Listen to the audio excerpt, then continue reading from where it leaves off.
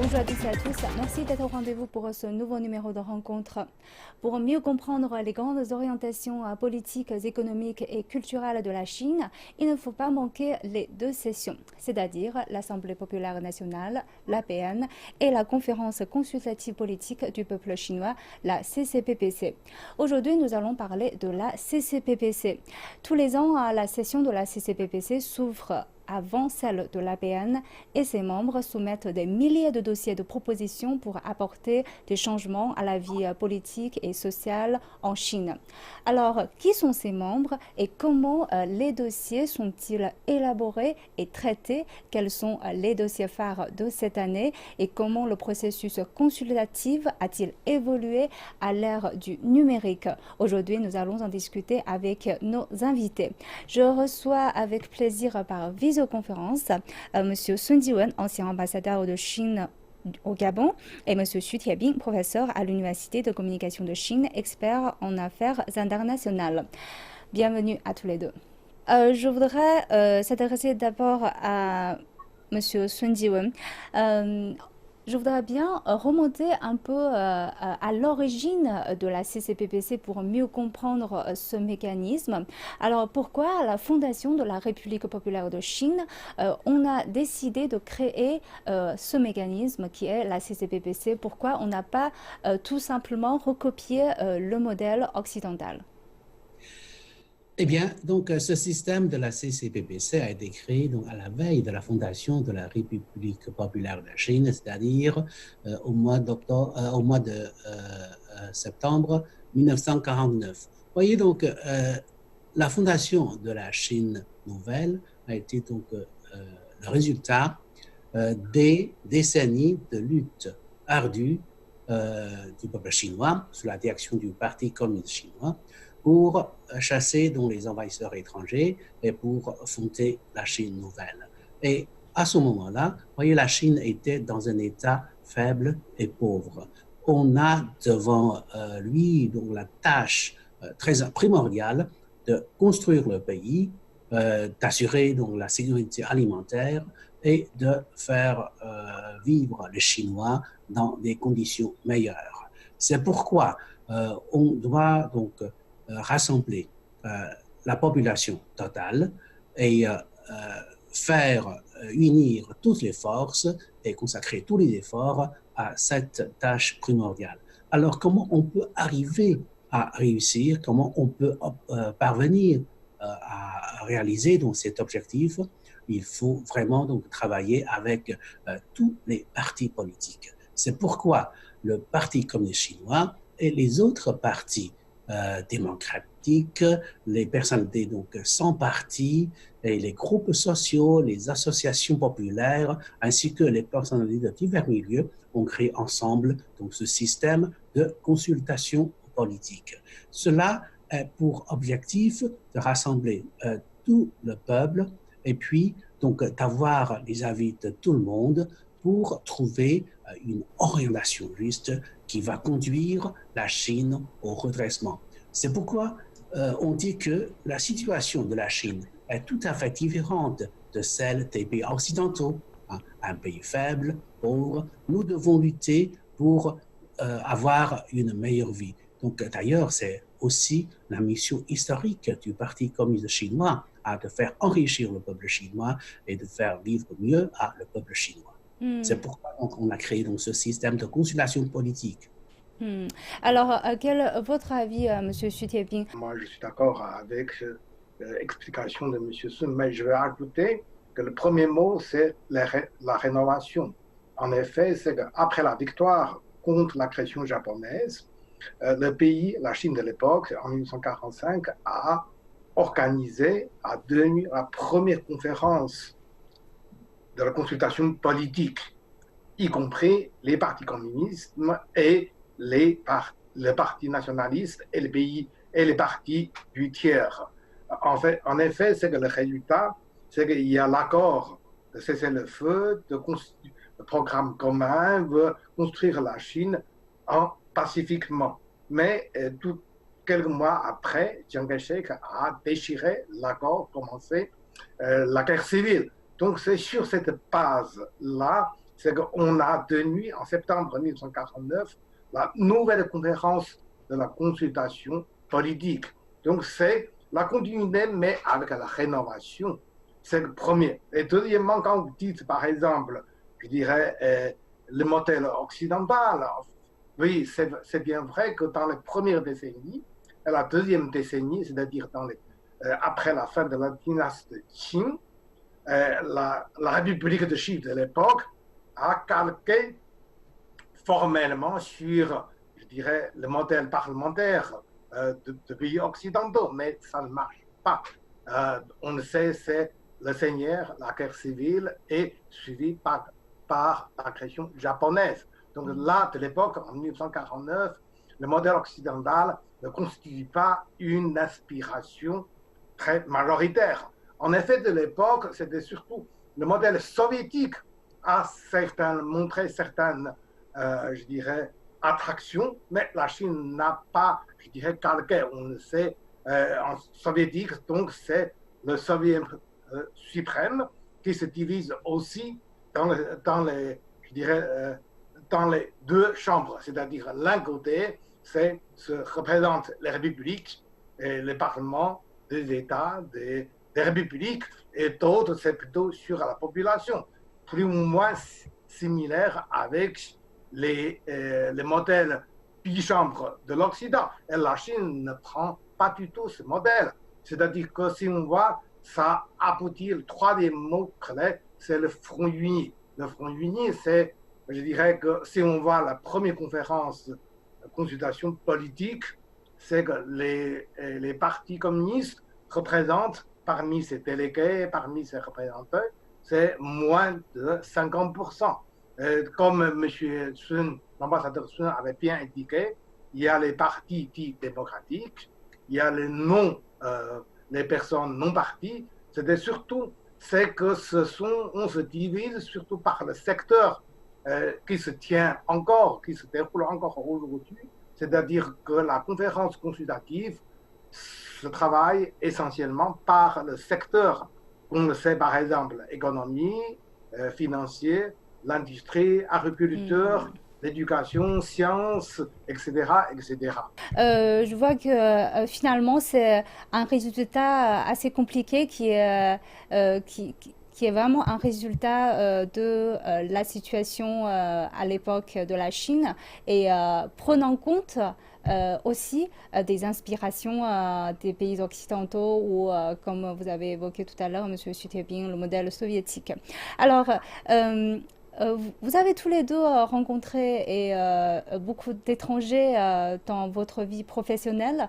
En fait, Monsieur Xu Jinping a expliqué, vous avez expliqué tout à l'heure en comparant notre système au système bicaméral occidental. Alors, Monsieur Sun Jiwen, est-ce que ça vous est arrivé aussi d'expliquer le système politique chinois, étant donné que c'est quelque chose, si on peut dire, unique au monde, à ce système bicaméral occidental pour mieux faire comprendre vos interlocuteurs?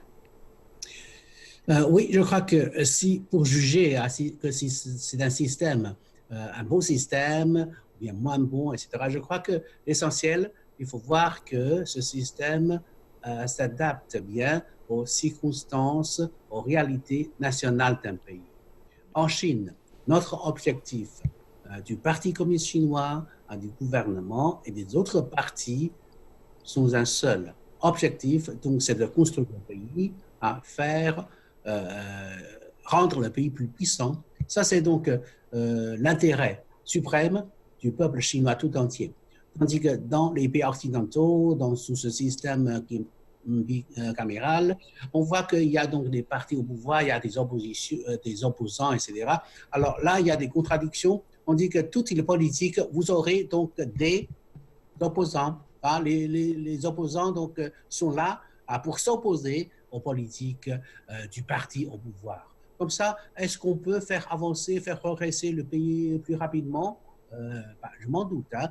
Mais chez nous, comme le professeur a dit tout à l'heure, donc c'est par principe de consensus. On se discute, hein, on trouve donc une meilleure solution. Une fois qu'on se met d'accord, on concentre donc tous les efforts de la nation tout entière, de tous les secteurs sociaux pour travailler à réaliser donc cette projet. Je crois que c'est plus efficace, je crois que c'est plus dynamique. Vous voyez donc, c'est la consultation politique et la décision démocratique, ce sont deux aspects qui s'associent et qui se complètent. C'est grâce à cet avantage qu'on voit que notre système, ce système démocratique, ce système de consultation démocratique reste toujours très dynamique. Alors, Monsieur Chutiabin, comment on va coordonner le rôle de superviseur et le rôle, ce que vous avez dit, le principe de consensus? D'abord, il faut indiquer qu'en 1954, il y a le changement. C'est qu'avant, c'est la conférence consultative qui joue le rôle constituant. On le sait, en septembre 1949, il suit le programme commun, la déclaration de la fondation de la République populaire. Et en 1954, c'est la première assemblée populaire et qui a finalement succédé le rôle législatif. Donc, la conférence consultative se concentre de plus en plus vers la collection des opinions, discussion interne, la consultation, et ça va continuer. C'est bien vrai que parmi ces trajectoires de plus de 70 ans, il y a un moment, je dirais, d'accident, comme pendant la Révolution culturelle, où la conférence et l'Assemblée ont arrêté le travail professionnel pendant quelques années. Mais après, je dirais qu'on a retourné dans la rail normale. Et ça a continué depuis plus de 40 ans, depuis la réforme. Et ça se perfectionne aussi. Aujourd'hui, comme le sait par exemple, la supervision est de plus en plus, je dirais, dans les cadres législatifs, avec, je dirais, certaines vérifications, autocritiques, supervision, mais aussi la punition si, par exemple, il y a de abus du pouvoir, etc. Mais ça peut être encore insuffisant. On le sait, chaque année, il y a les scandales, il y a des malfaiteurs, etc. Et qu'il est suivi toujours par la proposition de la conférence et de l'Assemblée, deviennent les lois législatives, il y aurait la punition à travers amendements et le perfectionnement. Revenons un peu sur le mécanisme de la CCPPC. Le président chinois Xi Jinping a déclaré auparavant que la démocratie chinoise est une démocratie à processus global. Et comment la CCPPC incarne cette notion? Et par exemple, on va parler plus concrètement.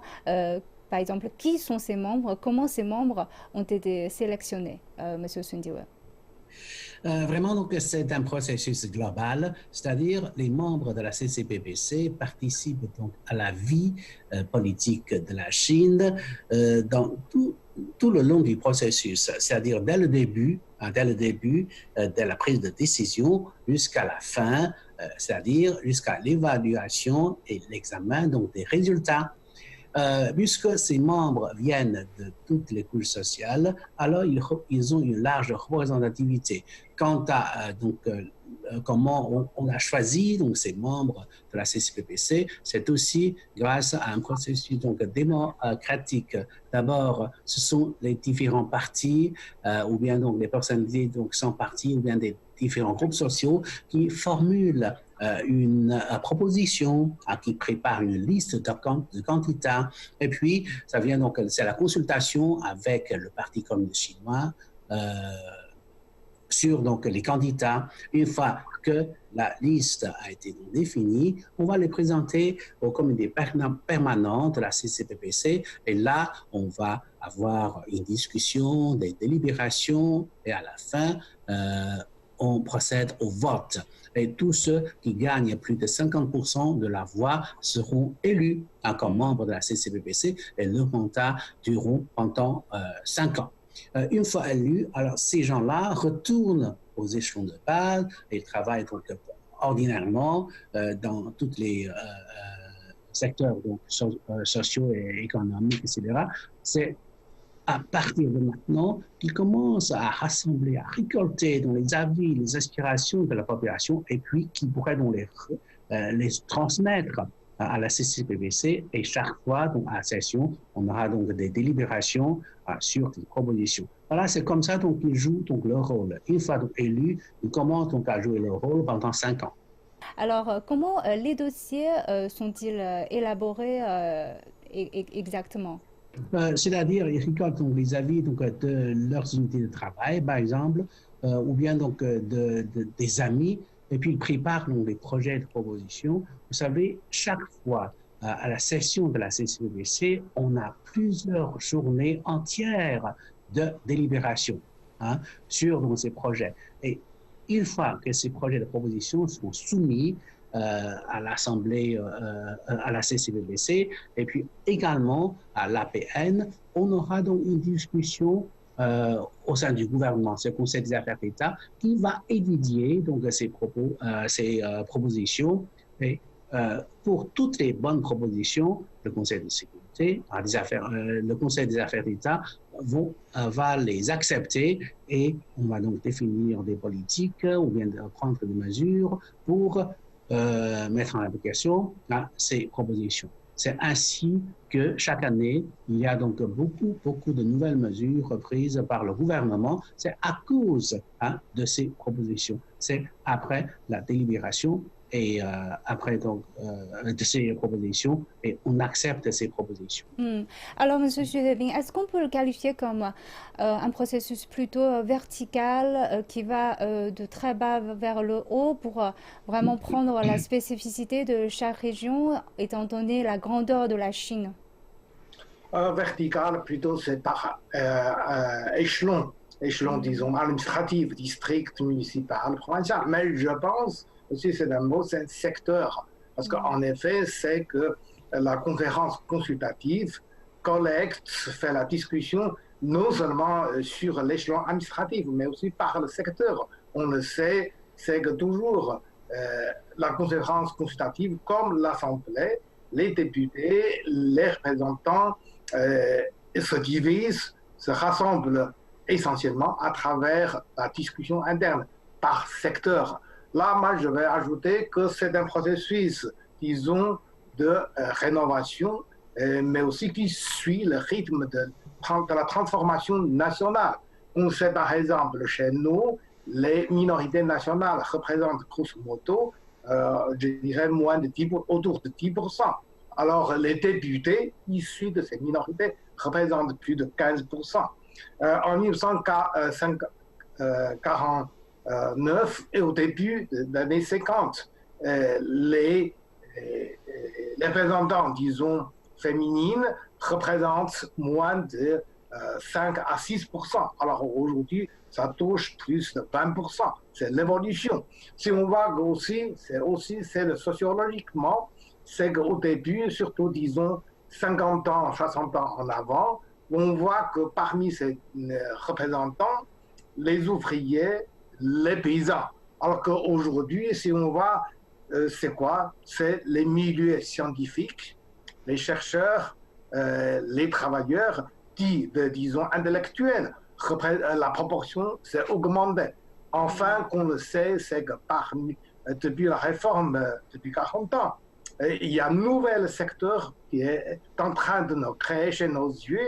Et parmi ces représentants, on s'appelle aussi les gens dits de nouvelles couches sociales, n'est-ce pas, les entrepreneurs, les gens, disons, les grands commerçants, par exemple, ceux qui créent la vente électronique, ceux qui, c'est, disons, des nouvelles couches sociales, mais aussi c'est canalisé, encadré dans le cadre de la conférence consultative et de l'Assemblée populaire. Donc c'est un processus d'adaptation, plutôt rénovation, qui suivait la transformation nationale sociologique. Alors, certains interrogent vraiment sur l'utilité réelle de ce mécanisme de la CCPBC, c'est-à-dire alors qu'on va soumettre des dossiers de proposition, mais Par exemple, prenons l'année dernière, par exemple, il y a des milliers de dossiers qui ont été soumis, mais finalement, est-ce que vous pouvez nous donner quelques exemples? Quelles ont été les réalisations concrètes de la CCPPC? Prenons l'année dernière, par exemple. Monsieur Sun Jiwen. Oui, à ma connaissance, l'année dernière, pendant la session de la CCPPC, on a donc fait en tout 5700 projets de propositions. Et ces projets de propositions ont été accueillis favorablement par le gouvernement, par le Conseil des affaires d'État.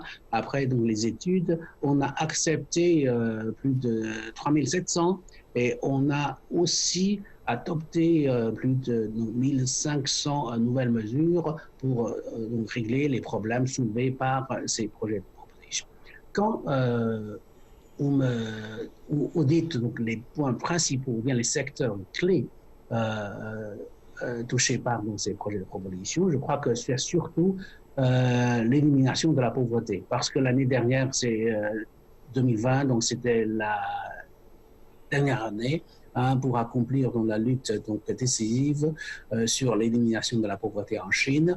Et puis, il y a donc beaucoup de propositions sur l'élimination de la pauvreté. Il y a aussi donc, des propositions sur la mise en place d'un système sanitaire d'urgence encore plus solide. C'est à cause donc, de la COVID-19 qui sévissait donc, partout dans le monde, en Chine également. On a besoin donc, d'établir donc, un système encore plus solide de la santé publique. Et puis, la garantie pour l'emploi. C'est toujours donc, à cause de la COVID-19, l'économie a été frappée par des coups très durs. Alors, comment on peut donc garantir l'emploi et puis garantir le bien-être de la population et encore surtout donc la sécurité alimentaire. C'est un sujet très important pour nourrir donc, tous les Chinois. Donc c'est toujours un secteur primordial. Et puis comment on peut assurer le fonctionnement normal des chaînes industrielles et d'approvisionnement. C'est toujours donc des secteurs très importants. Voilà. À ma connaissance, on a eu l'année dernière, surtout des projets de proposition concernant donc, ces secteurs. Et tous ces projets de résolution ont eu des réponses affirmatives, des réponses favorables de la part du gouvernement en adoptant donc des mesures. Alors, Monsieur Xu Tianping, quelle est votre observation sur le résultat de l'année dernière pour la CCPPC et quels sont, selon vous, les dossiers phares de cette année? Je pense souvent en Occident, il y a de certaines appréciations assez négatives sur nos systèmes parce que si, par exemple, si on l'observe, qu'est-ce que la logique qui fait fonctionner la démocratie parlementaire, c'est la logique de confrontation, c'est-à-dire antagonisme. Alors que si sur cette logique, vous faites par exemple l'appréciation sur l'autre modèle, alors donc c'est très autoritaire, etc., parce qu'il n'y a pas de vainqueur ni de vaincu. Alors nous, plutôt c'est sur l'expérience historique de l'Orient, mais aussi, je pense, avec le fait, disons, dans les années, disons, de la Révolution, c'est plutôt vers Front Uni, le consensus. Donc la logique antagonisme, ça ne va pas chez nous. Donc chez nous, donc, quand on dit la victoire, la progression, ce n'est pas un parti qui a éliminé, qui a vaincu dans le vote, dans le programme, un autre. Ça, c'est logique plutôt de l'Occident. Le système dit, entre guillemets, la démocratie parlementaire. Chez nous, c'est tout à fait autrement. Donc, ça revient à vos questions sur le résultat. Regardez, par exemple, depuis 5 ans, depuis la fin du 13e quinquennat, qu'on a vu, par exemple, certains résultats sont à l'origine issus avec la proposition, les initiatives. Déjà au début, disons, dans la conférence consultative et l'assemblée précédente concernant éradication totale de la pauvreté absolue, réorganisation, je dirais, de système de défense en supprimant les 5 régions militaires classiques, en fondant les 5 nouvelles, disons, zones de défense nouveaux, une meilleure application et renforcement sur la protection écologique.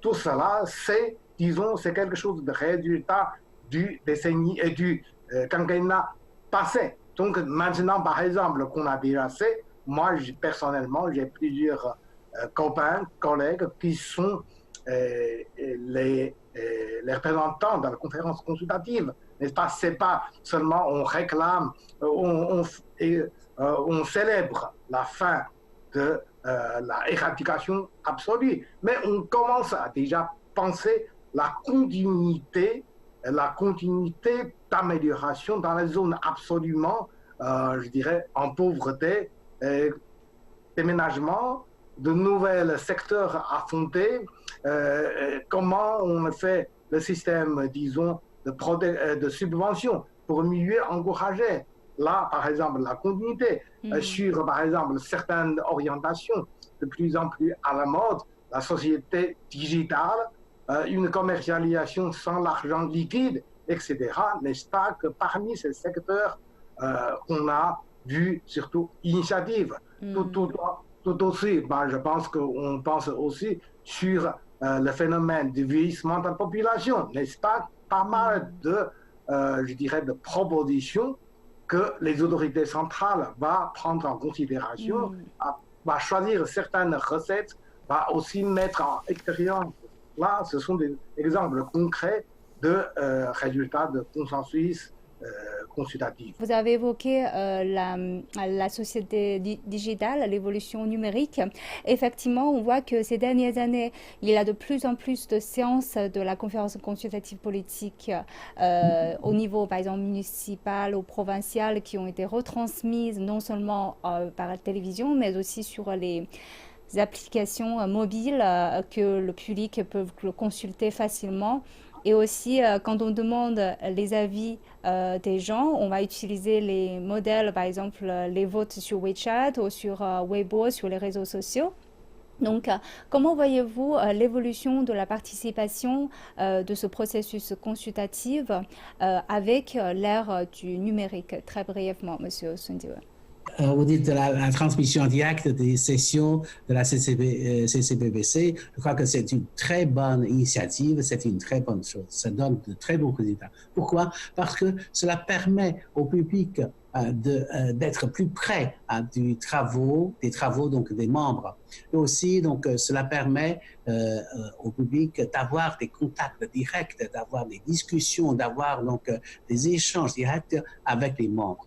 Et les membres pourraient donc également transmettre directement les avis du public à la session. C'est une grande évolution, c'est vraiment donc un progrès de la science.